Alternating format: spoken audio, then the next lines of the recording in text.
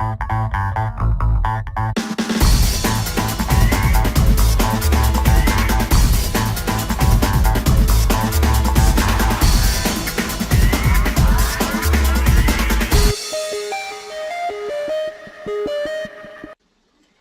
back to Property Method. Now we are having the live training of Module 9, how to negotiate the purchase. So without further ado, I'll just let Dr. Ong to carry on the session. Thank you, Casey. Thank you. Yeah, thank you, Casey. Welcome, everyone. Now we are at Module 9 of Property Method course. In the previous module, we have learned how to analyze our investment property and to find out whether it is worth financing. If you are already found the property worth investing and worth financing through our Go Finance analysis method, congratulations. You are ready to move on to negotiate the deal now. In this module, we are going to discuss about how to negotiate the purchase.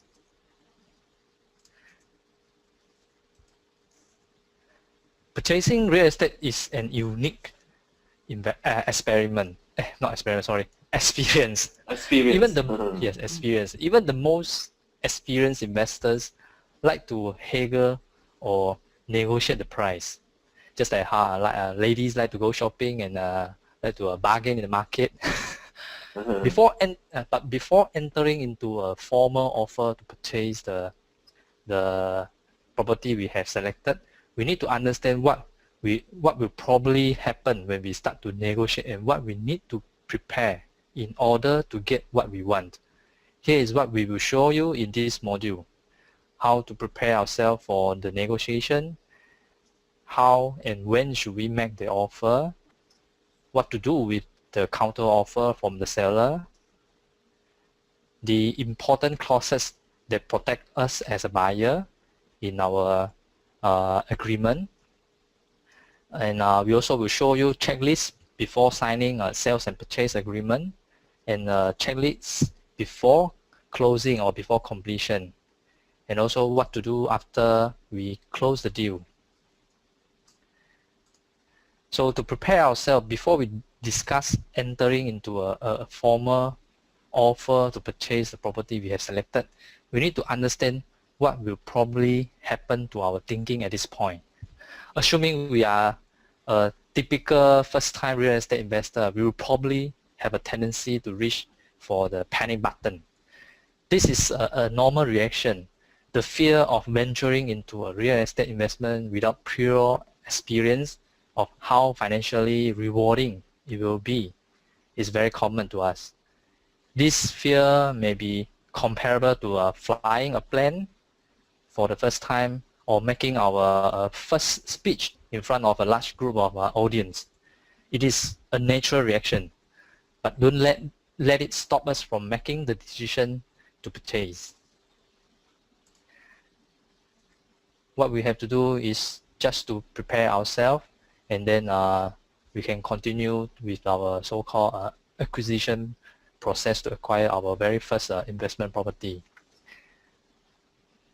I personally have to admit that it took me quite a while to learn about real estate investment before I acquired my very first investment property in Singapore. My very first investment property was acquired in Singapore.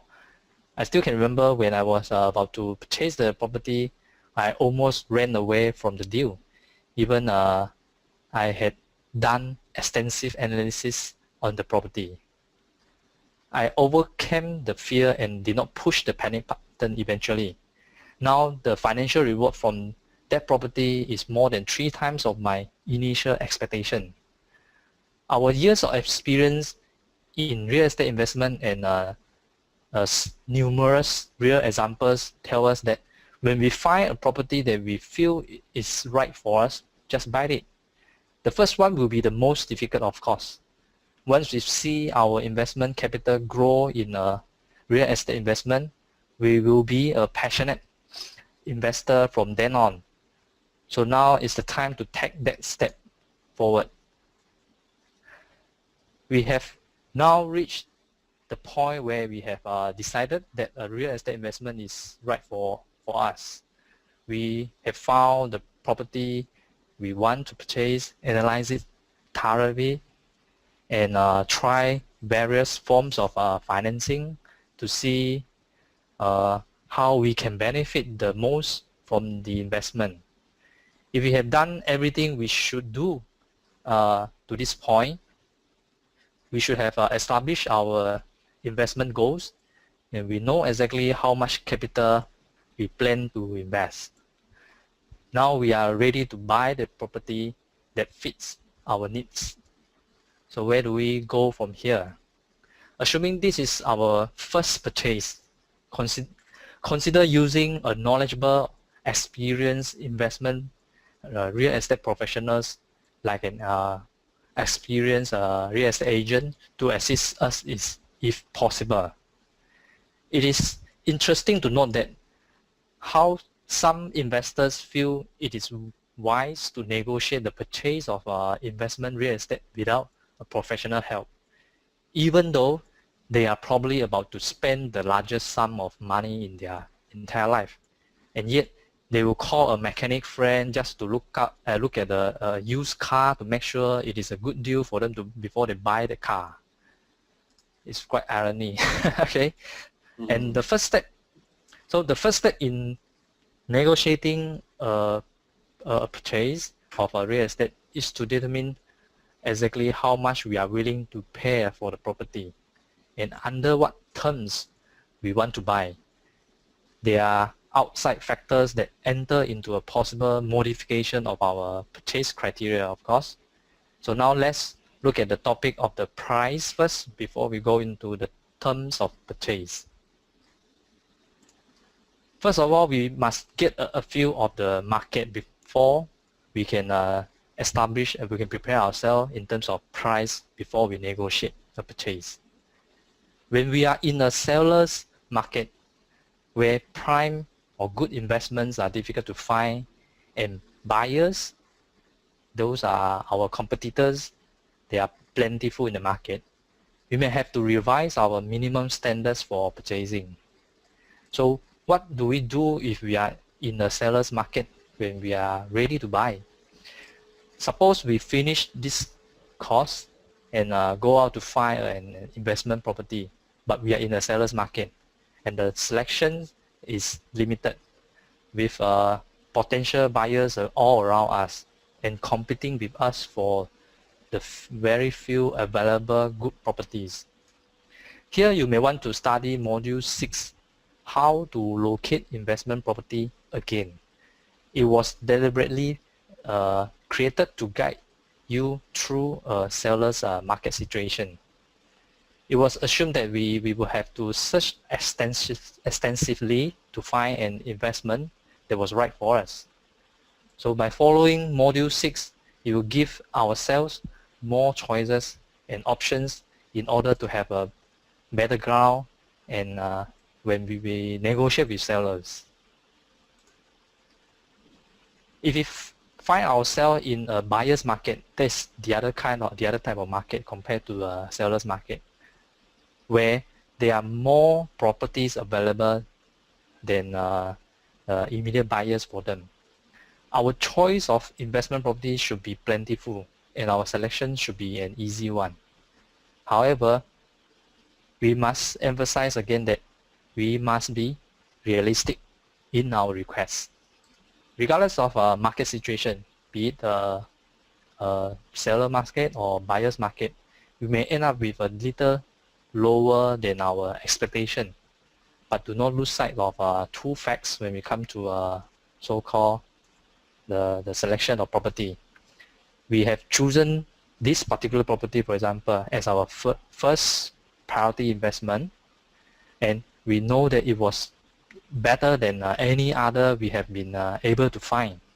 The other second fact is, even at a higher price or terms somewhat less than what we hoped for, how will that investment stack up compare with our present investments? So bearing in mind these 2 points and these 2 facts, then we will be able to prepare ourselves better before we go really negotiate the purchase. And remember, in all kind of market, okay, while we are deciding what is the best for us as a purchaser, The seller is deciding what is the best for him as a seller. Generally speaking, we hope to meet somewhere in the middle. We may go into a property negotiation hoping for example, 10% cash return. The seller, on the other hand, may want a price that will only give us a 5% return on our investment. We then try to reach a happy medium with him, one that we both find acceptable and we both can live with, which may give us a 7 to 8% cash on cash return. Neither us nor the seller can expect to get everything we both want. This is the reason for determining our maximum acceptable price and the minimum acceptable terms before we meet the seller face to face.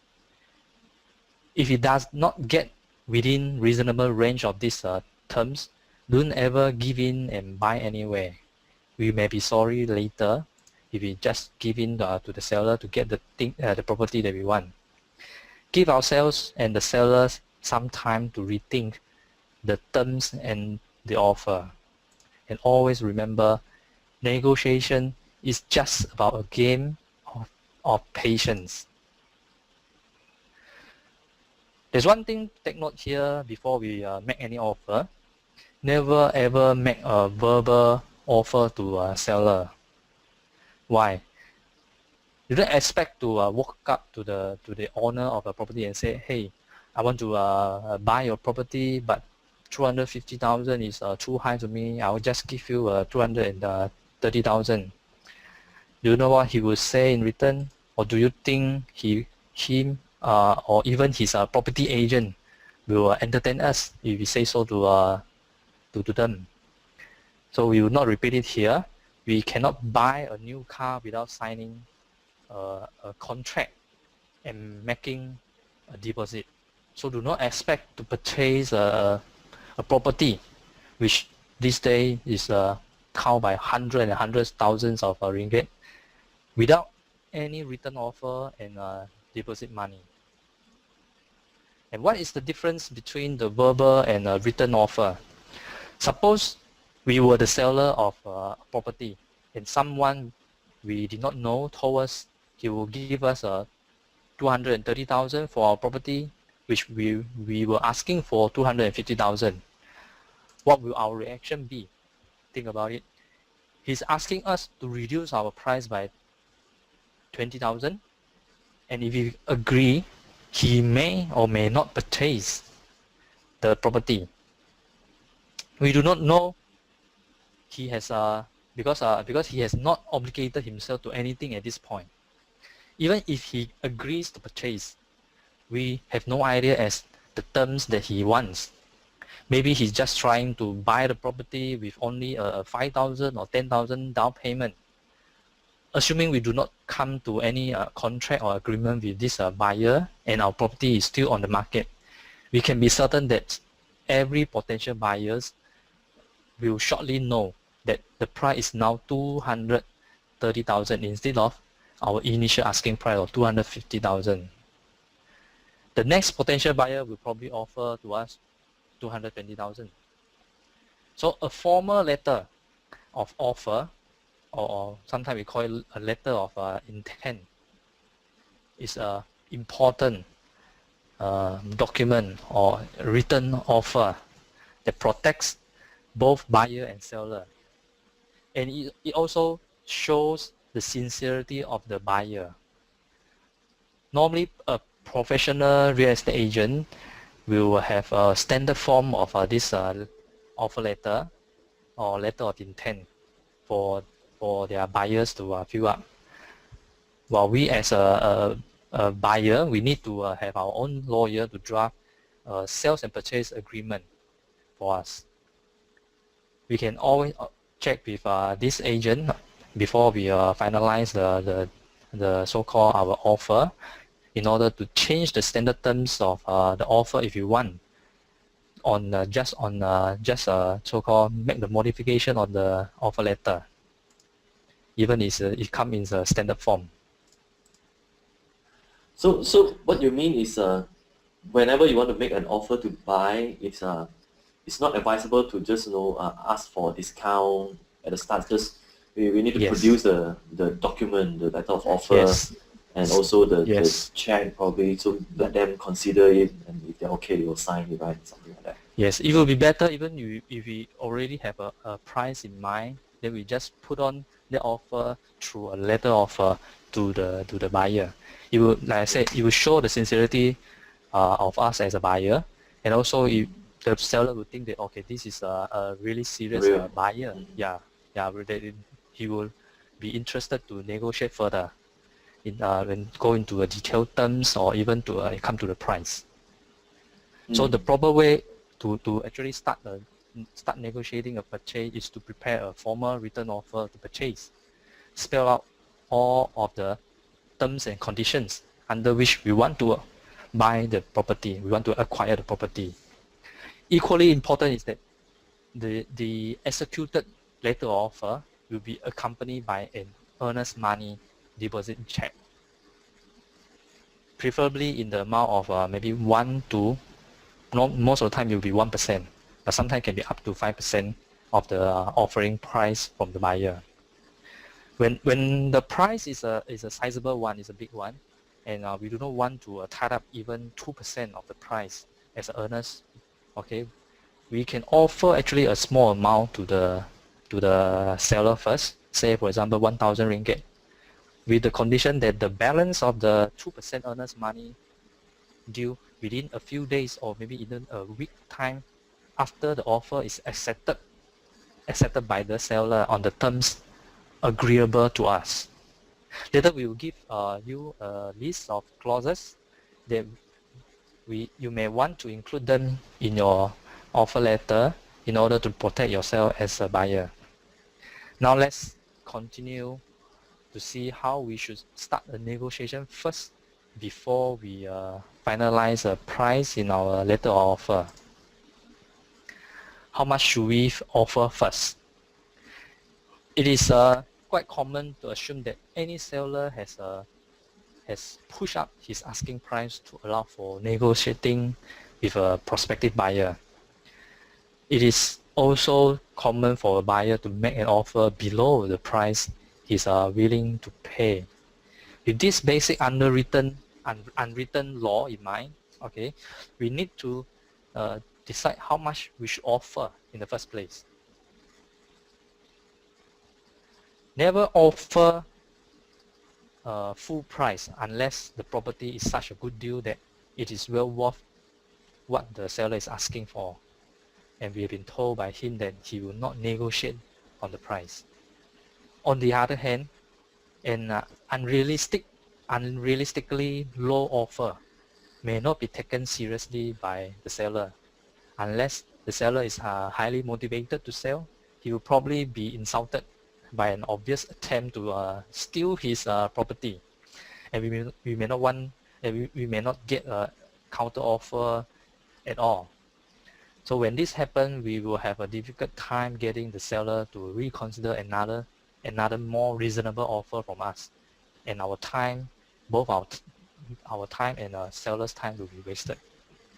So always stick to these two rules when we come to considering the price to offer.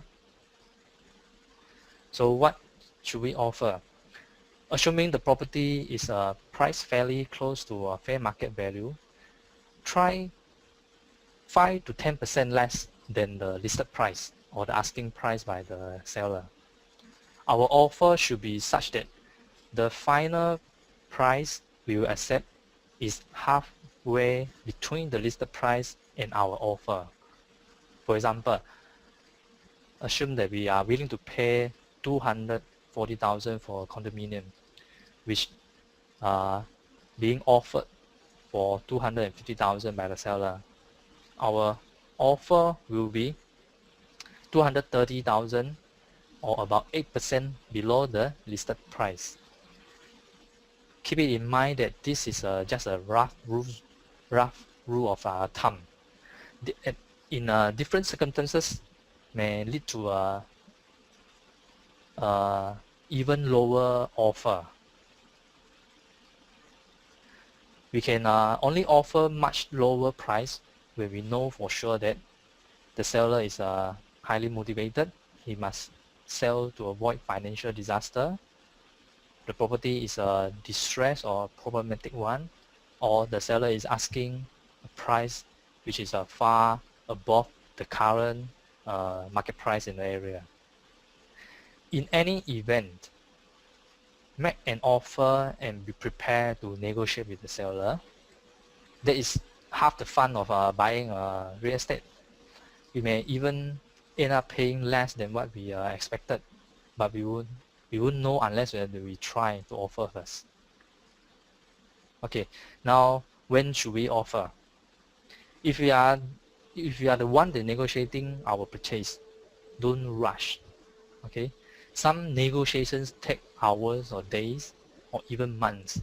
On the other hand, some purchase can be negotiated in a matter of just maybe a few hours time or less, if there are only minor areas of disagreement. Once we decided the price we should offer, we want to avoid giving the seller too much time. It is advisable to have a time limit for acceptance by the seller written in our letter offer, for example 7 to 10 days. Why? Because given too much time to accept it, it is common for some sellers to shop the offer. In other words, they will use our offer to get a better one from another prospective buyer. And moreover, humans need the sense of urgency to take action. That's why we see there's a due date for almost any event, promotion, and sales. If you encounter such seller who uses our offers to shop around or counter propose to us, or use offers from other buyers to counter propose to us, we better start looking for another property. This is already a sign that the seller is not so motivated to sell, and since he has already got an offer which is he's quite comfortable with, that's why he able to shop around with that offer. He's just trying his luck to fit his greed. Yeah. But however, if we are confident that we are offering to one of the so-called the before mentioned the three situations, there's a highly motivated seller or distressed property, or when the offering price way above current market price, then we can take our time to wait for the seller to come back to us. Most of the time the reply will surprise us. So now let's look at the counter offer. We can rarely expect to have the seller agrees with everything we put in our offer to purchase. We can expect him to make a counter offer telling us what price, terms and conditions are acceptable to him. Hopefully it will be a compromise between what we want and what he expected. Unless the seller is in financial trouble, we will not be able to steal his property. If you can, we have to take a closer look at what we are buying. Maybe he knows something that we don't know. So after we give seller our letter offer and review the price, the terms and conditions all presented to him, we just sit quietly and give him time to think about it. When the conversation begins again, get the various terms out of the way first, like the verification of lease, expenses, inspection, and so on, because these are the easy items to get accepted by the seller. When we have this head nodding in agreement, then we talk about the offering price. So always leave the price to be the last item to talk about. Get the seller to agree to something as close to what we want as possible. Let's say he agrees to 240,000 ringgit, not 230,000. At this point, we If we are okay with that price, then let's say we already done all our analysis, we already calculated, yeah, in between 230,000 and 250,000, we are okay to accept 240,000 to buy that property. We can just change the letter offer by striking out any change that needs to be made, and then get the seller execute the offer letter and initial all changes that we were made on the letter offer. If we had done our homework, we probably prepare a property analysis starting with the price and terms the seller wanted, and another property analysis based on the compromises that we expected from him to offer. We are already prepared to agree, disagree with seller's counteroffer while we are with him. So remember, we don't have a binding contract until we have both agree to it by executing the letter offer and initializing all changes that were made. Unless we do not care whether or not we can purchase the property, don't try to play a bluffing game with the seller, because we still do not have a valid contract yet with the seller, and he's free to sell the property to someone else if he's not happy with us. And do not just countersign the amended offer letter also if we are not certain about it. Take our time we need to review all our numbers based on the terms acceptable to the seller, counter proposed by the seller. If we lose the property because of our delay of a revision, don't worry about it. We found that one, we can find another one. So after evaluating the property based on the final terms that the seller will accept, and we decide it is a right investment for us, then we initiate all the changes on the amended offer letter. And then now we have a binding contract to purchase that property. This should be a happy occasion for us after we initial on the letter offer, because we have taken that very first step in real estate investing.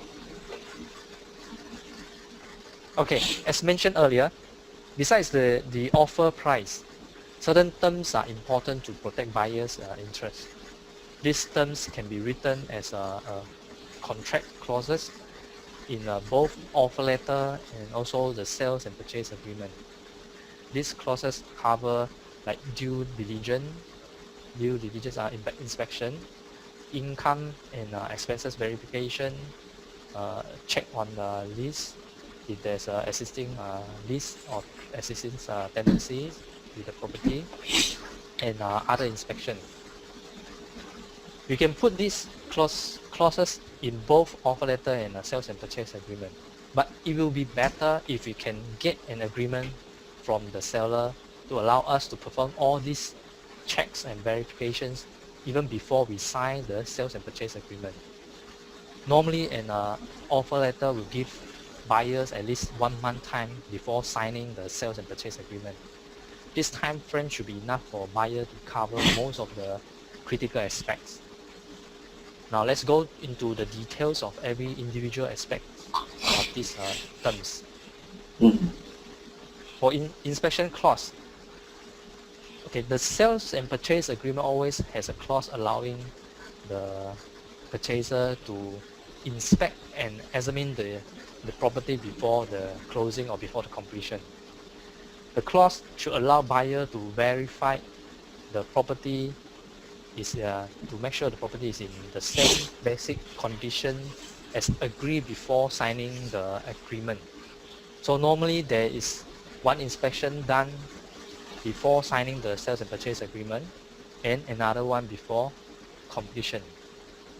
These days, with the convenience of a digital camera or even smartphone, buyer or his agent, the property agent, will take as many photos as possible of the property and submit them to the lawyer, so that all these photos will be attached to the sales and purchase agreement as a proof of so-called the agreed conditions of the property. For the protection of seller, this clause should not be worded in such a way that it becomes an escape clause for the buyer. In other words, the buyer should not be able to say that I don't like this apartment for no reason whatsoever and back out of the agreement.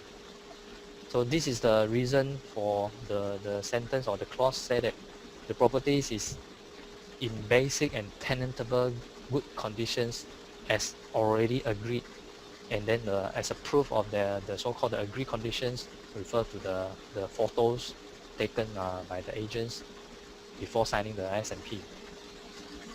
So it is the seller's responsibility to deliver the property in such conditions spelled out in the agreement before the completion or before the closing of the deal.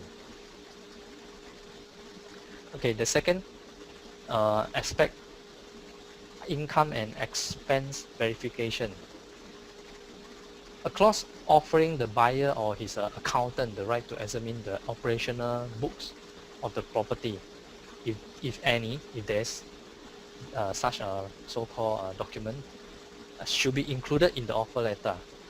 If they say we are buying a property come with a tenancy, so we may, before we are so-called sign the letter offer, we should tell or written in our offer letter, we have this request. We want to double check the so-called income they can produce or promised by the seller this property are able to generate. And if a seller did mention about how much the income his property is generating as part of his selling point, get him agree on this clause in the offer letter to allow such verification to be performed before signing a sales and purchase agreement. And like the inspection clause, it should not serve as an so-called escape clause for the buyer, but rather as a verification that the actual recorded incomes and expenses are as represented in the property offering. If you are buying a property with existing lease, then we need to verify the current status of the lease before we take over. Not only should the clause allows for verification of lease terms, rents being paid, and security deposits that were paid by the tenant, but it may also request letters being sent to tenant so that he can buyer can personally verify all these items, because lease can be falsified. It can be a fake one according to the seller but the tenant will certainly tell us what is the real status of his lease is, because tenants most of the time they are paying the deposit, all the money come up from the tenants. Yeah, so that is a double confirm all the figures of the lease. Okay, other inspection, we may want to have other inspections such as termite inspection, roof inspection if any, furniture and appliances inspection, etc. Agreement clauses should be inserted where needed for the purpose of verifying or spell out specific terms of the purchase. It is not possible to cover them all here, and it is possible to fill an agreement so full of clauses just to protect both the buyer and seller. But end up, maybe the two will never agree. And we really don't want that to happen, because we will be wasting time negotiating a purchase in the first place. So for all the clauses, we just have to be, again, realistic. Okay, let's see, the next one is the checklist. Yeah, checklist before signing a sales and purchase agreement.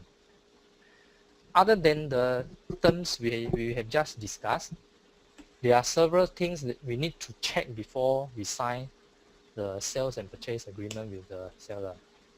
This is So particularly... this is after you have signed the letter of offer. So this is Yes. in between letter of offer and sales and purchase agreement. So this is Yes, a check. within, Basically. Okay. normally it's within about 30 days, within the month. Once the letter of offer is signed by both parties, within the month we should buyer should execute the sales and purchase agreement. I've seen some cases where they sign a letter offer and then they only give like 14 days to get the SMP signed. Yes. I think 14 days is too short, isn't it? You have to get loans and stuff. So that's why, in order to protect our interest as a buyer, we should try to tell the so-called the seller all the terms that we requested, especially all those inspection and verification. Give them a list that we want to check, okay, and then compromise in between, or see how's the counter offer from the seller. But at least that already sent a message to the seller that we need to perform all these checks. So we did that in mind. 14 days, I think for everybody, we know that it's not enough. So in the time frame between the letter offer and signing sales and purchase should be able to negotiate with the seller to get up to 1 month. This is very important, because when we sign once we sign the sales and purchase agreement, we have to pay the 10% down payment to the seller, and even if we find anything wrong after we pay that down payment, it's very difficult for us to get the money back. We have to, sometimes we even have to go through the courts to get it back, because it's a dispute involved already. Okay, so now let's see those items that we need to check. First thing first, we need to understand the time frame for completion. This is crucial to avoid interest charge for extension, or to avoid forfeit of down payment. Because in normal incidents, standard time frame for the completion after we sign the sales and purchase agreement should be 3 months. Here we list down the 3 scenarios, which is quite common in Malaysia. For freehold apartment, normally is 3 months after the signing of sales and purchase agreement. While for leasehold, is 3 months after consent from state authorities given to the buyer's lawyer. While for some cases like apartment or condominium, which is still under master title, or for some properties they need a conversion between the Bumiputra status to non-Bumiputra, it sometimes may take up to 6 months. So as a buyer, we need to understand that this should be the minimum time frame allowed for different kind of property, and should insist to let our lawyer to so-called include or to allow this time frame in our sales and purchase agreement, and get the seller agree on that. The second one, if we are not able to finish the time frame, the completion within that time frame, there will be a terms of extension given in the sales and purchase agreement. Normally it's 1 month extension allowable, with interest 8 to 10% per annum interest going to be charged for that 1 month extension. Of course, as a buyer, we will want the completion to be done within that time frame and without any extension, so that to avoid all these interest charges.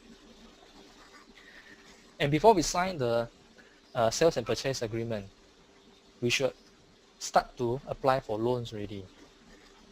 We are able to use our offer letter to apply with many different banks, and normally within 2 weeks time we will be able to get approval with a letter offer from bank.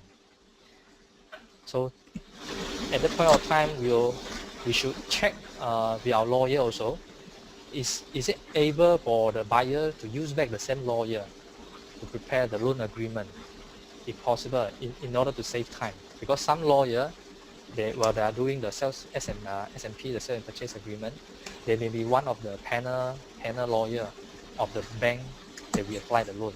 So we need to get this information from our own lawyer and from our banker also. If it's possible, get the same lawyer of our lawyer to draft our SMP, and also to settle the loan agreement. The loan. It will save a lot of time. Okay. Mm. The other thing need to check before we sign SMP is we need lawyers help to verify the seller's right to sell. Lawyer normally will perform a check on seller's ID, the insolvency status, the financial status of the seller, whether is he in bankruptcy or not, and also the right of ownership, whether to double check that they will perform a land search, whether the title of the property really got the name of the seller on it. They mean that the seller is a rightful owner of that property. The next thing to check is on the property status. This is this verification also is to be done by our lawyer, the buyer's lawyer. For example, the outstanding loan pertaining to the property that we're going to buy.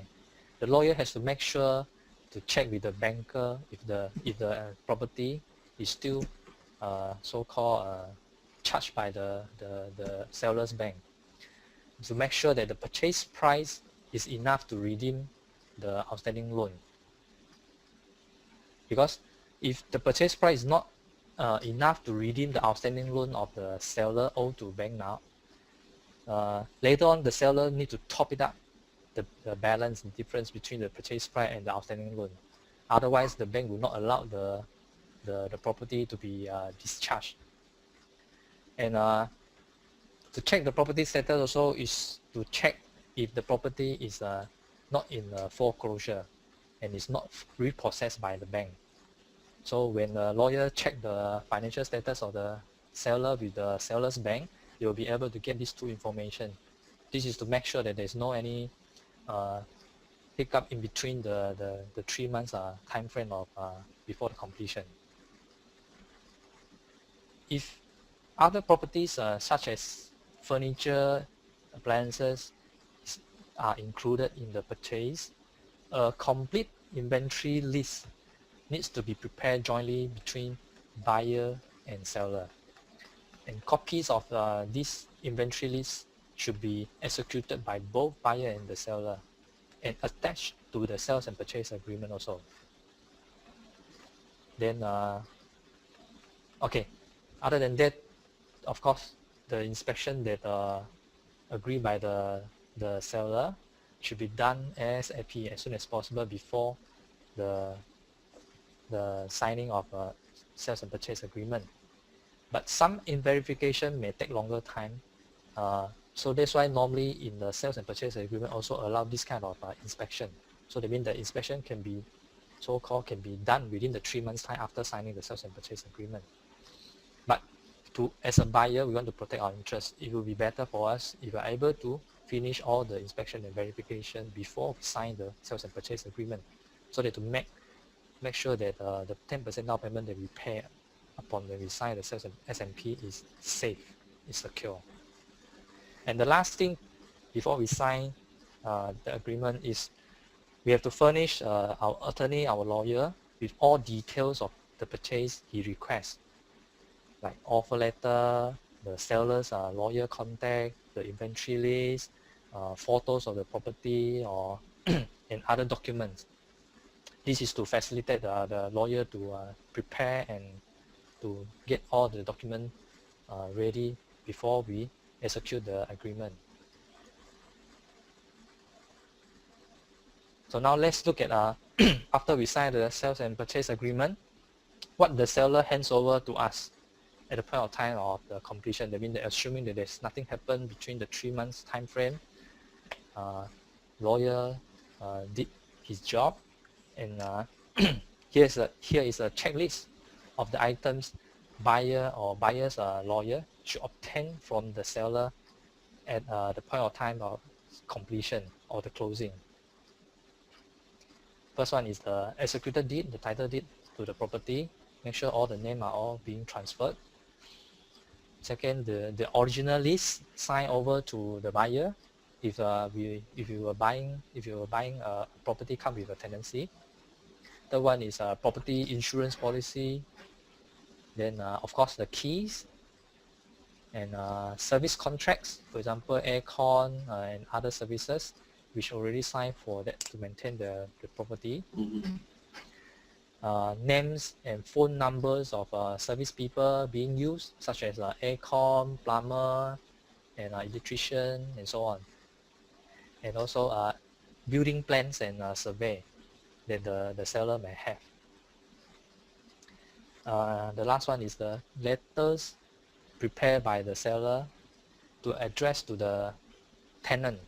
If you are buying a property with existing tenancy, this letter will inform the tenant that the property has been sold and that all rent payments should now be paid to the new owner as an official notice to the tenant.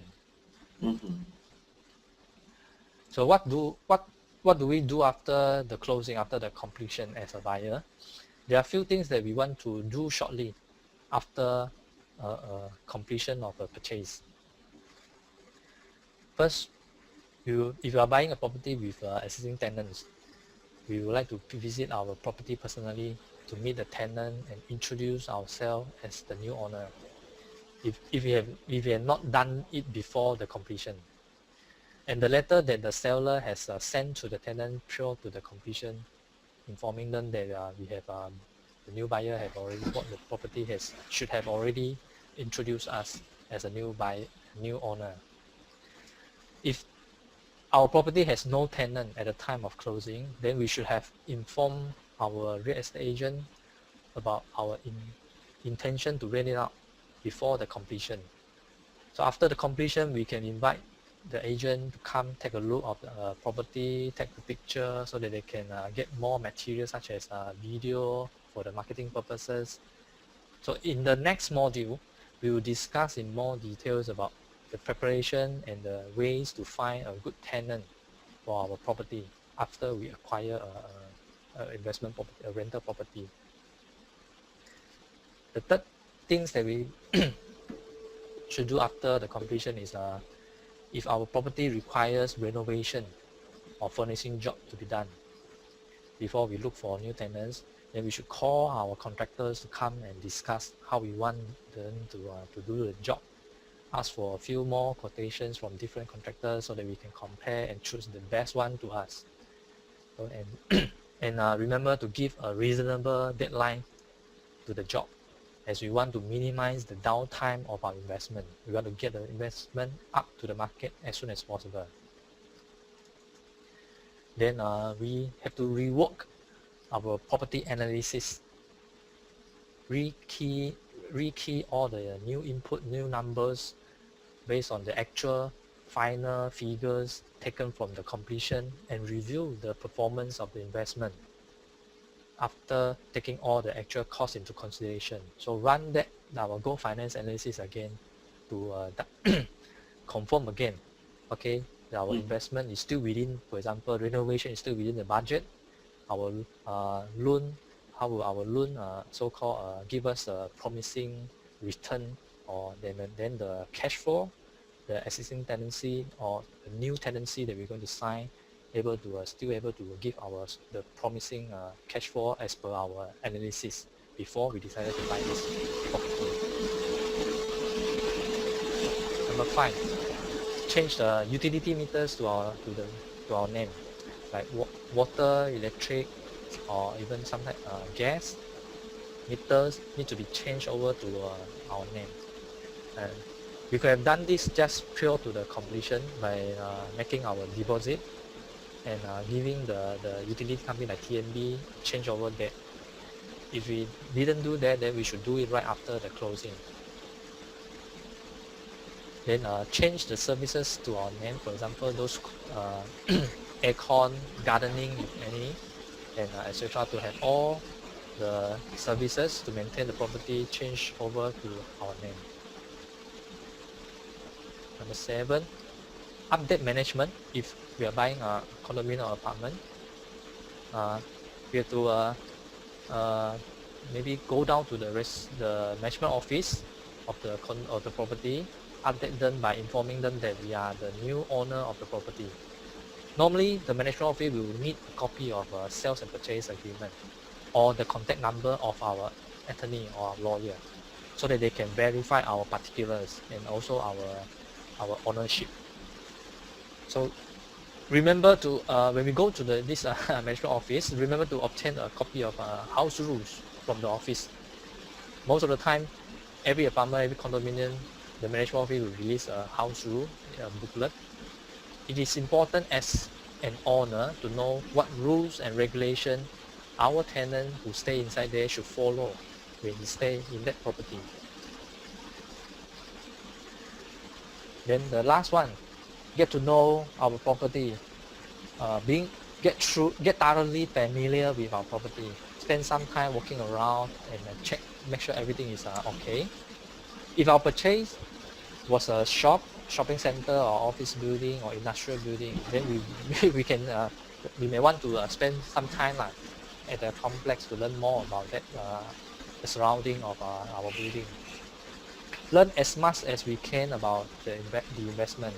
Talk with our tenants. Listen to what they have to say. Some may offer some good suggestions for improvement.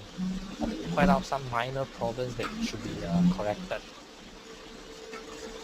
Okay. So that's all for the contents of this module. As usual, if members have any questions related to this module, you can post your question or comment in the comment section of this the web page of this module. Then try to start negotiate your purchase. If there's any property you have shortlisted, make offers to secure your investment property. Go through the checklist before closing and during closing and after closing. You are now on the route to your real estate investment program, and at this point you will feel a joy, a pride of ownership that you probably have not had since you purchased your very first property.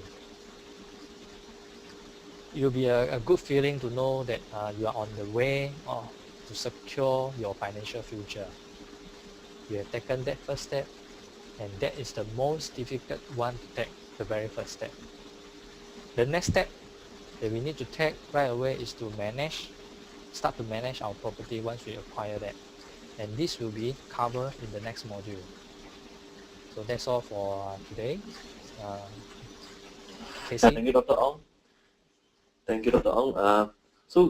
I guess in this process of negotiating for your first property purchase, I think the best way to learn through all of it is to really do it. I think experience really shows the whole process in details. Yes. So I think in this case also there will be a lot of negotiation. Is just not to the seller. It's also you have to talk to the agent, and you also need to talk to the lawyers as well, because they are the one who are handling the whole process, and also the banker. Yeah. It may be for a first timer, it may be a very tedious process, and the time is limited. For example, after signing the letter offer, only 1 month time, you need to do all the checks, apply loans, and get the lawyer, prepare all the sales and purchase agreement. But after going through the first property acquisition, the future one, we are able to see for certain part, we are able to skip it. For example, once we know about our bankers, once we know our lawyers, they should be able to understand the requirement from us. And through the communication, even with agents also, the following acquisition will become smoother and smoother. So always always the first one that we have to learn a lot, and we have to spend a lot of time to make everything properly done. And of course, along the way, even until now, after we acquire many properties, we are still in the learning process. There are always a new situation coming up. New sellers have different requirements. So enjoy the process of negotiation, be it and negotiating the price or the terms, and enjoy learning as much as we can get, other than just the cash flow, just the return from our property. We are able to know more people and know more, learn more knowledge from this market. And I guess the most important thing is don't be shy to call them, whenever you need anything.